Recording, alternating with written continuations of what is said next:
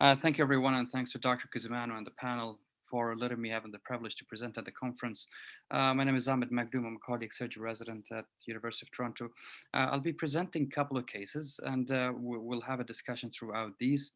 Um, as first, I have no disclosures. With case one, I have a 47 years old healthy forest manager. I'm actually from Saudi Arabia. I still don't know what that is. However, he's a forest manager worker who presented to the office as an outpatient with hematuria. He had a workup for hematuria, and as including as a workup for hematuria, he had a CT scan that showed a right renal mass with extension into the right atrium. He has no previous illnesses or operation, and he was asymptomatic at the time.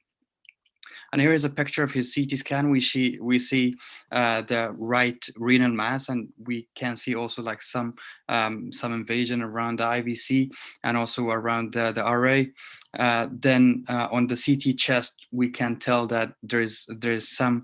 We still don't know whether it's a mass or a thrombus around the PA. In particular, the right PA and the right atrium. We don't have like a full CT scan for him, so. You see this images on the CT scan, and you don't know, we still don't know what that is, and what comes to my mind or the audience or the panel, how often do you guys see this, and what kind of further imaging would help you to determine what that is. And I would leave it to the panel to discuss that along with Dr. Cosimano, and I have other questions to ask as we go through the discussion. Dr. Cosimano? Can you show the CT scan again? Yeah. So it starts out as a pretty simple case. And then you give us this mass in the right pulmonary artery, not that one. Go to the next one. Yeah. Because the renal cell carcinoma, we had a great discussion about that, great talk about that. But here's this tumor thrombus with a potential embolus. So why don't we ask, what can we do to diagnose this? We can ask Patrick Rogala if there's anything that he can do with that. Do you biopsy through vessels?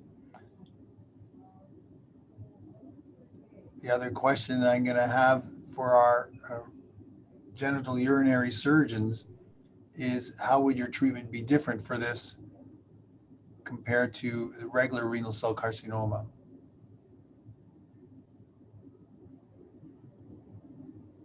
And then I'm going to ask Dr. DiPerot how he would deal with this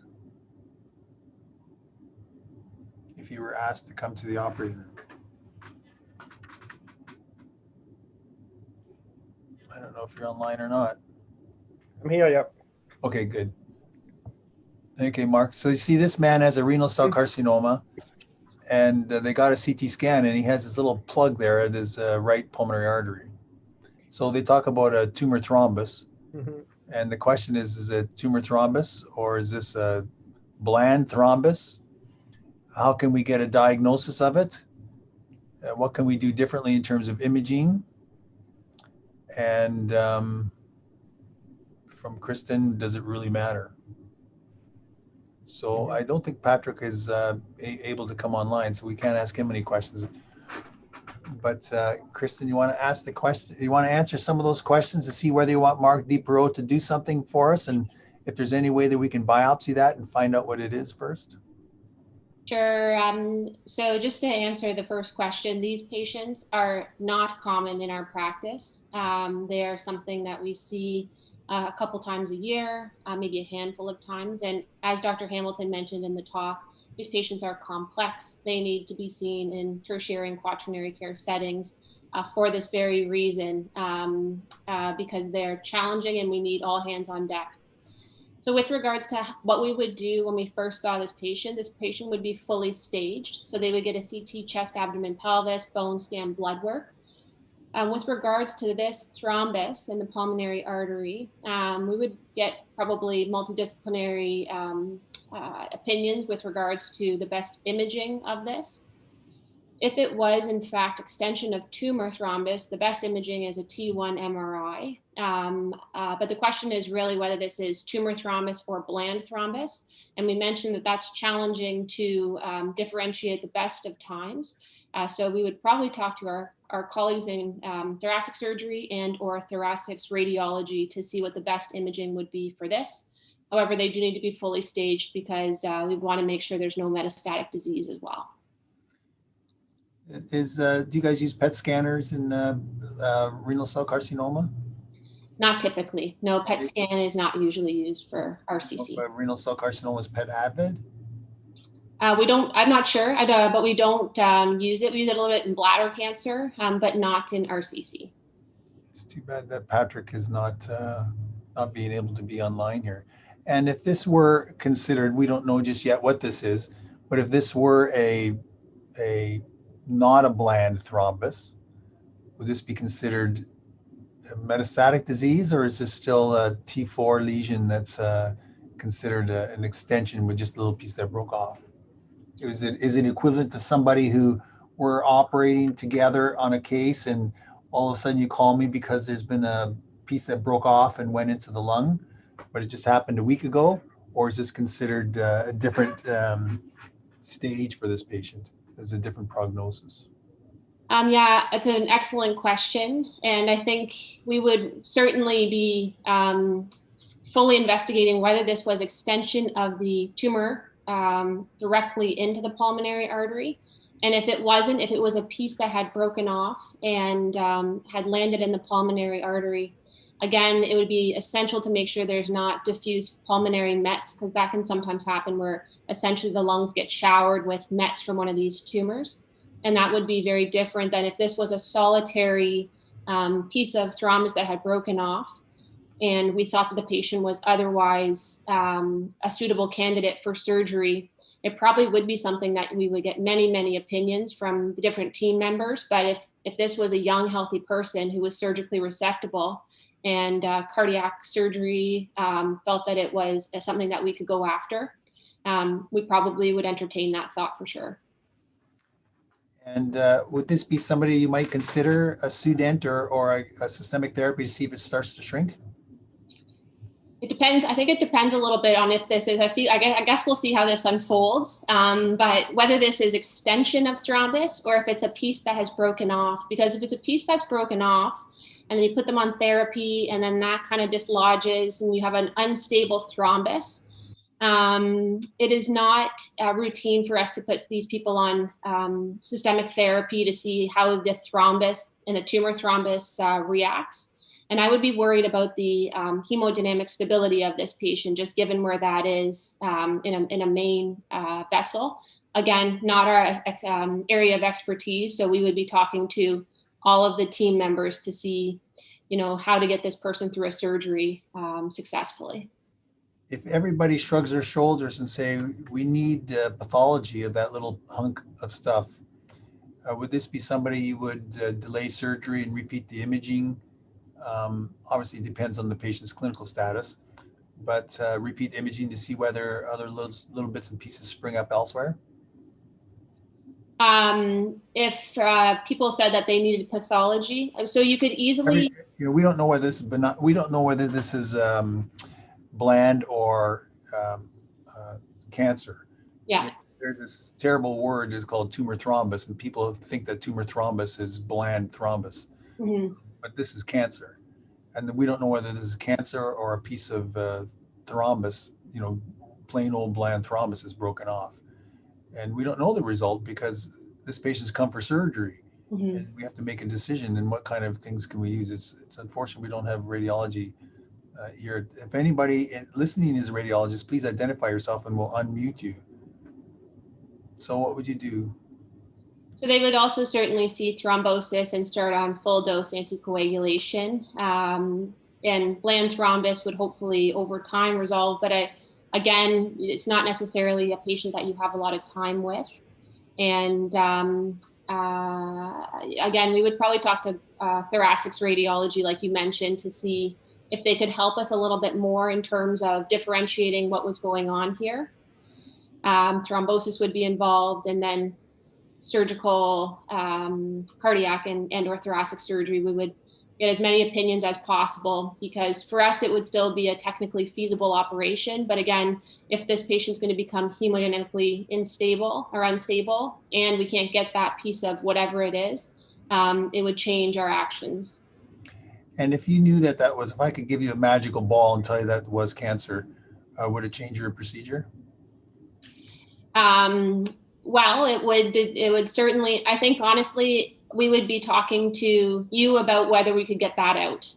Because for us, if there was thrombus that was extending through the kidney and the IVC and into the right atrium, and everyone felt that that was possible to remove, we would ask your expertise about, is this something that we can get out, especially if there's no other metastatic lesions, if the lung hasn't been showered with metastatic disease. Kidney cancer, one of the big things is they need a full resection. And so if this was something that we felt that we could go after through cardiac surgery, then it would change our management in that it would probably be a more, I'm guessing, extensive cardiac operation rather than what we would normally do for one of these procedures. So if a person had low volume, I know the gynecologists talk about 1 cubic centimeter volume when they talk about ovarian cancer left in the belly. Do you have that sort of thing for renal cell carcinoma? In terms of if they have metastatic disease? Yeah, in other words, you always go after the primary tumor if they have a few mets here and there in the lungs. I know afterwards you said those people will get chemotherapy, but in terms of your primary so it's a highly debated topic right now about a cytoreductive nephrectomy in the setting of metastatic disease. And typically, the trend right now is to not remove the kidney if a patient is a candidate for systemic therapy for metastatic disease.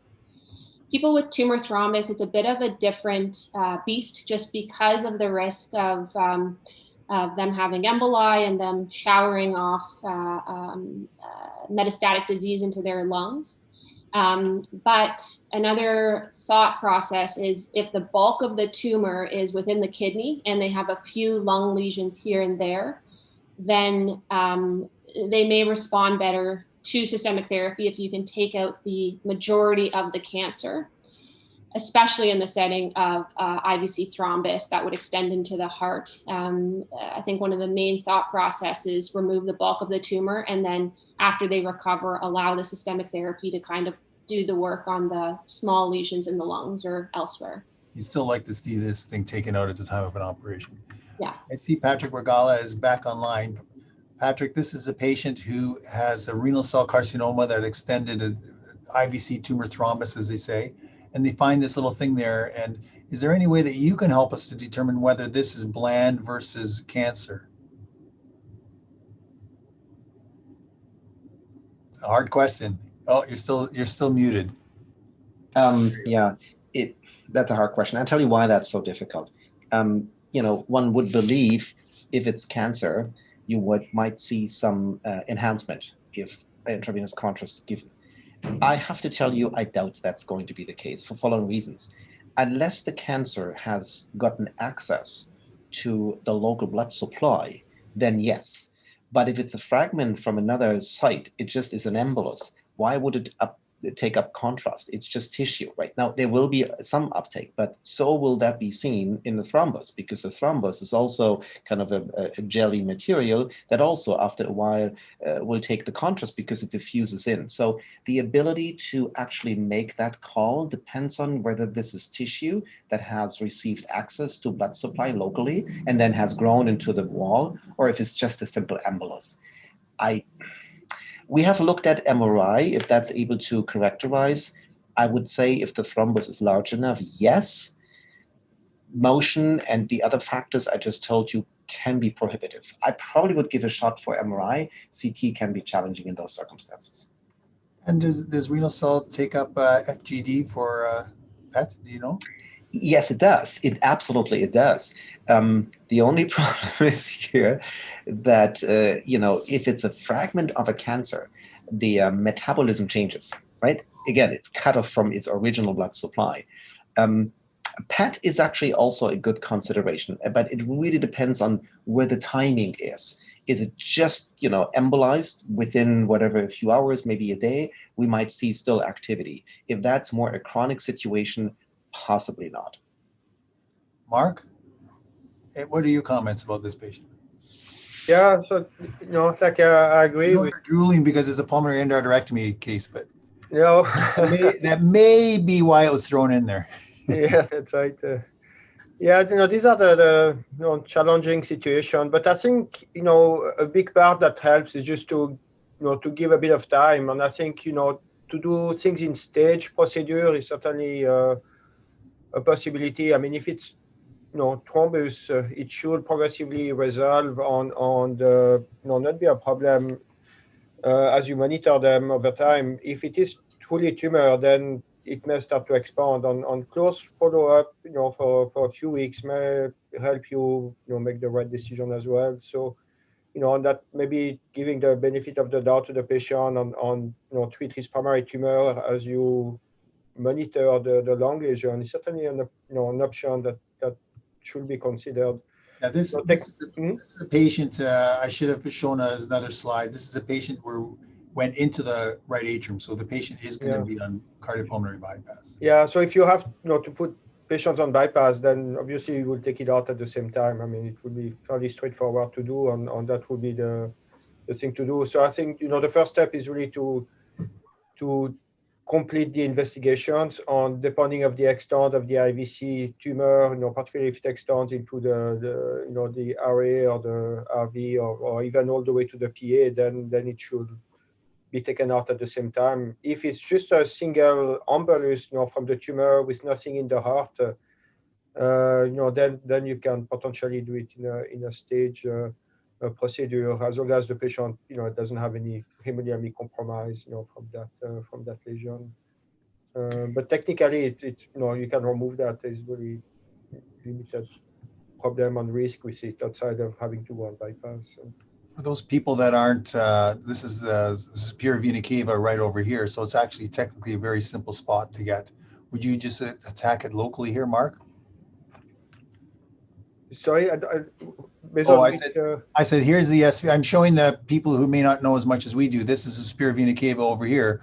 Would you, if you were to be called for this, would you cut the pulmonary artery right here? I probably don't have the same slide. We don't see.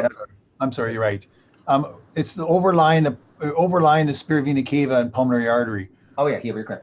Where would you make your incision for that? How would you explore something like that? Oh, yeah. So you would append. I mean, you can append the main PA to if you're just gonna suck the the thrombus. If the thrombus is mobile, you can do it from the main PA on even aspirate the material. If you need to see inside the pulmonary artery, on most likely that's what would need to be done.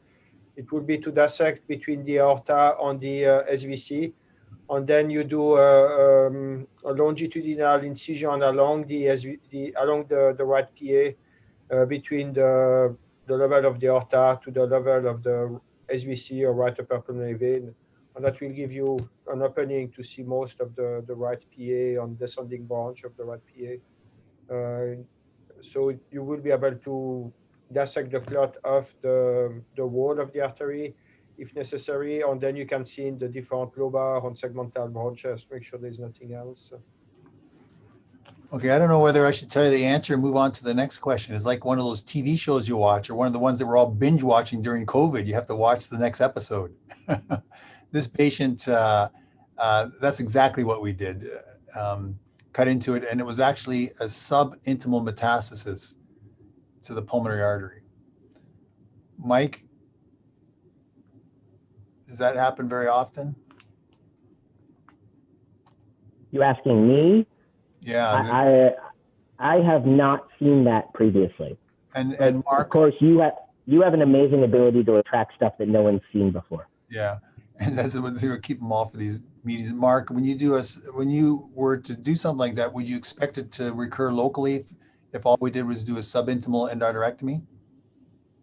Yeah, like I mean, if the tumor is really on the edge of or within the wall of the artery, probably it will occur there, I suspect, or or somewhere along the pulmonary artery. I mean, if it metastasizes to the intimal component of the artery in one place, it's probably in some other area. So it may occur, in another area, I suspect.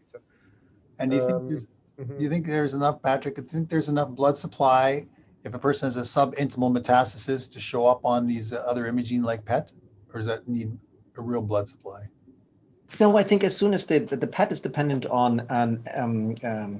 metabolism. As soon as any sort of location in the body, neoplasm has access to blood supply, which in this particular case is the case, it will light up on PET, and the size is definitely above the threshold. So my prediction would be PET would have detected it.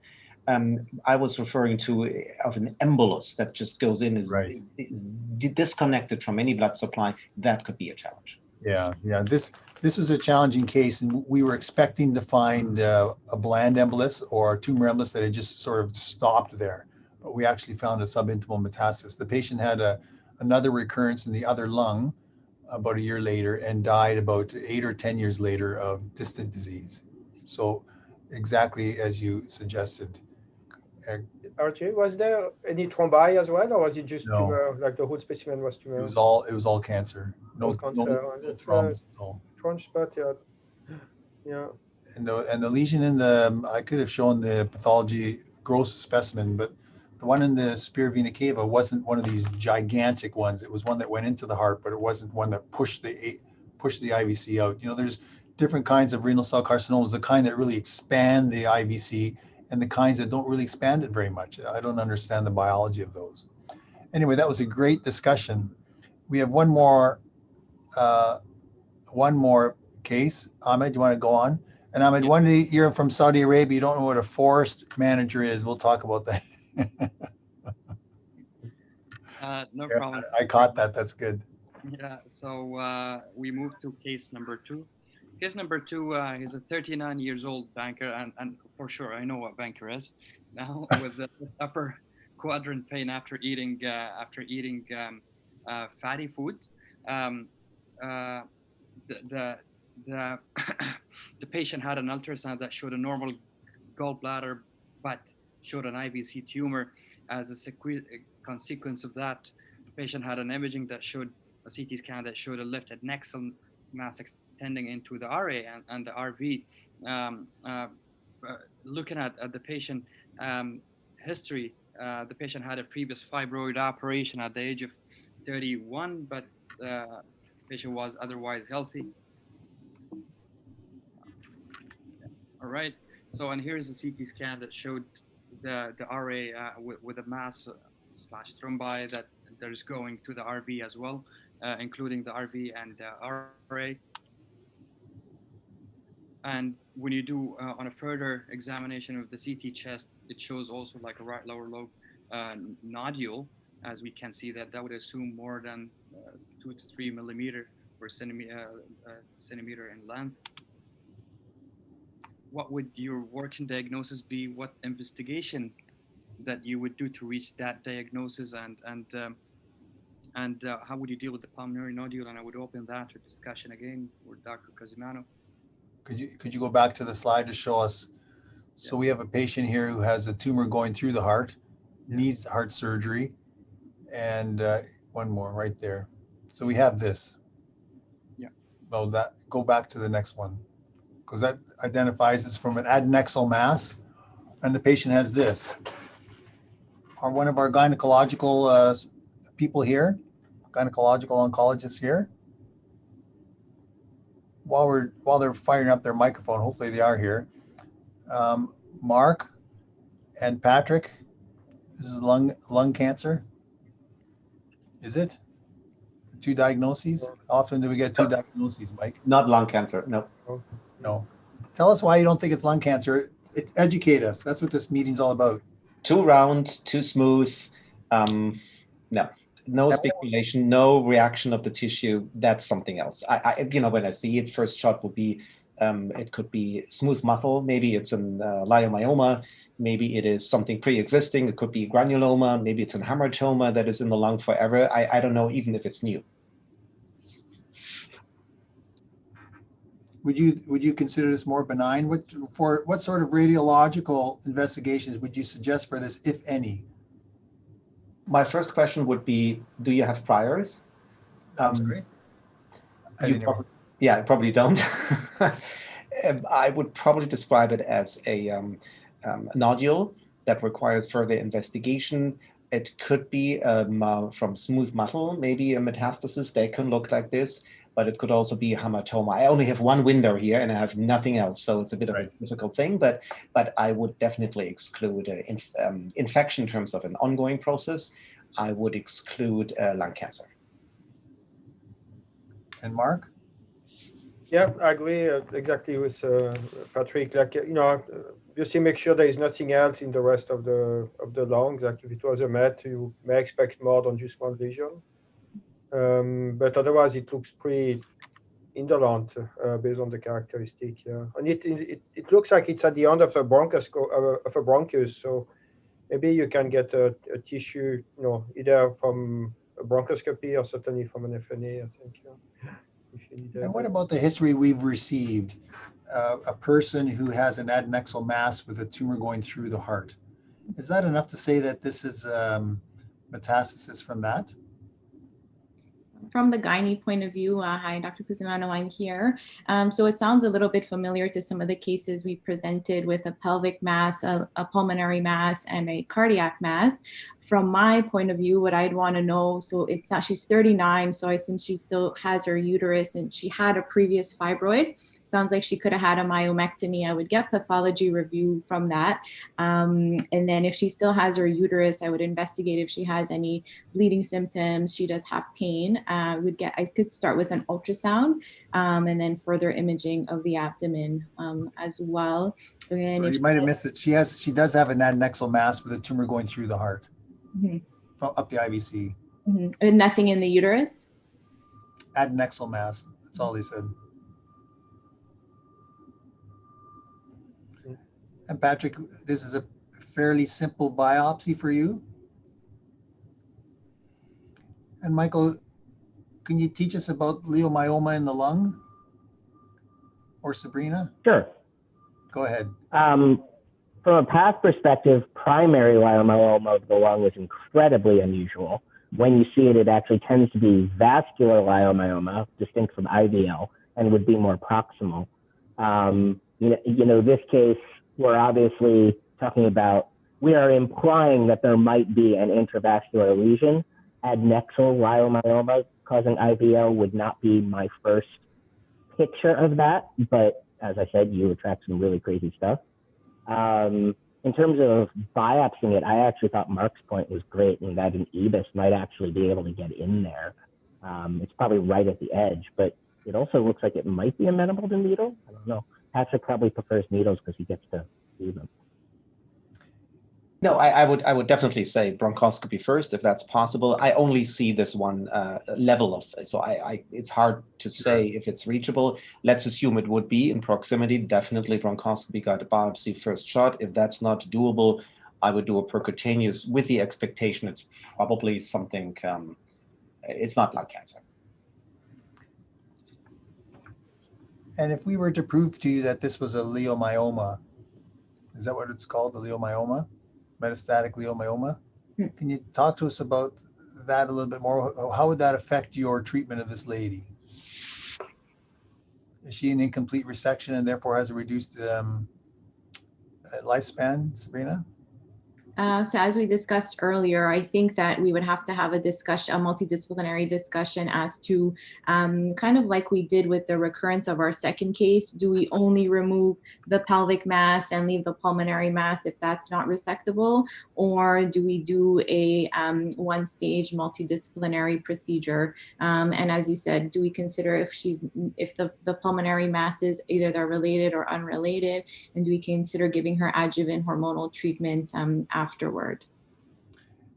We find that this leiomyoma, she has leiomyomatosis, benign metastatic leiomyomatosis. Mark, would you resect that? Probably, yeah. I mean, if it's just a single lesion, I probably would resect it. These are to my knowledge, good prognosis, tumor. So I would, stay proactive. I don't think it should be done at the same time. I think if you have to, resect the intracardiac component, I would monitor her first for even a few months and then, intervene when she's recovered from her primary surgery. So I wouldn't necessarily be, extremely proactive, but I think if it stays as a single isolated lesion, I would, resect it probably. Yeah. How about if she had two? I'm trying to push you now in terms of metastatectomy. What's the too many metastases to remove in a metastatectomy? Yeah, it depends who what you read and who you talk to. Like, some people in the literature, at least, one is, probably the cutoff. But I think in general, the parameters that have shown to have an impact, I mean, there are really three parameters. One is the number of lesions, and up to 3, the prognosis remains, quite good or very good in some of the disease. So, 3 is a good cutoff.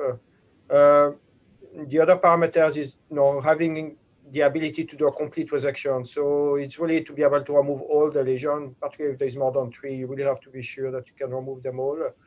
And then the third parameter is the time interval between the initial primary treatment or resection, and then the interval with the development of the metastasis. So the longer that is, and particularly if it's more than 3 years or so, the better the prognosis. So these are really the 3 parameters that you look at.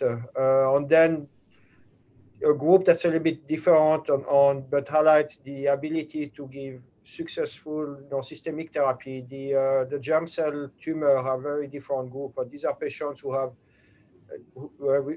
have extremely sensitive tumor to cisplatin. On the chemotherapy can be curative to some patients or in some patients.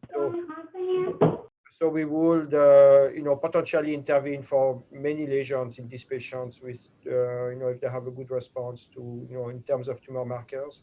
So that's a very different group than the rest of the patients with metastatic disease. All right, Sabrina, last word to you.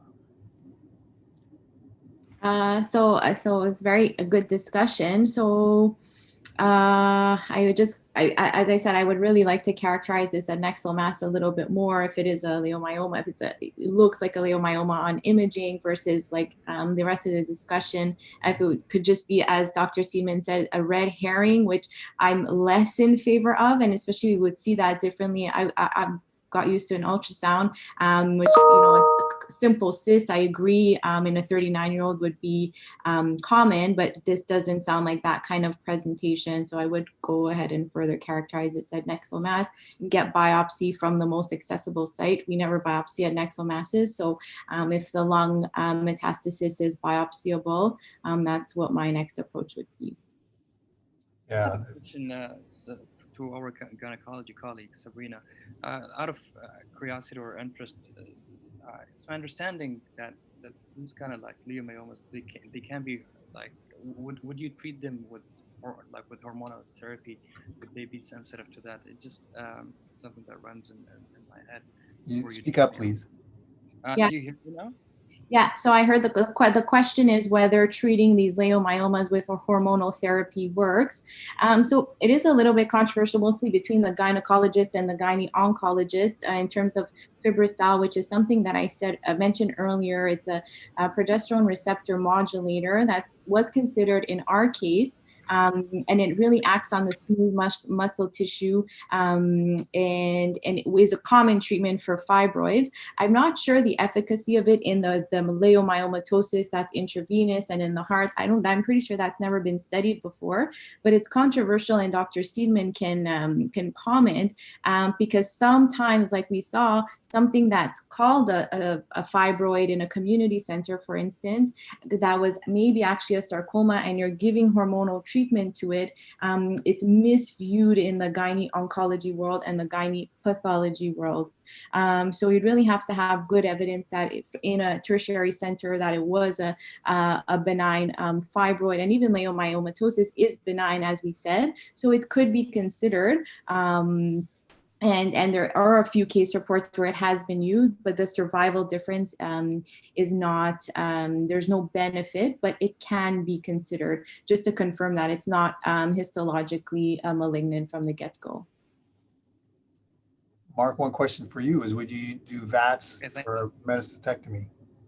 Yeah. So we increasingly do VATS, particularly in non-sarcoma patients. Like the sarcoma group is a little bit different, but for a lesion like this one, we could do that certainly. On metastatic carcinoma, from colorectal, increasingly we do that if it's accessible to that. The sarcoma tumor, like osteosarcoma particularly, can present with very small lesion that 2-3 millimeter that you don't see on the CT scan. So that's a group generally we would still palpate the lung and do resect every single palpable lesion, but we do increasingly use VATS for the other tumors.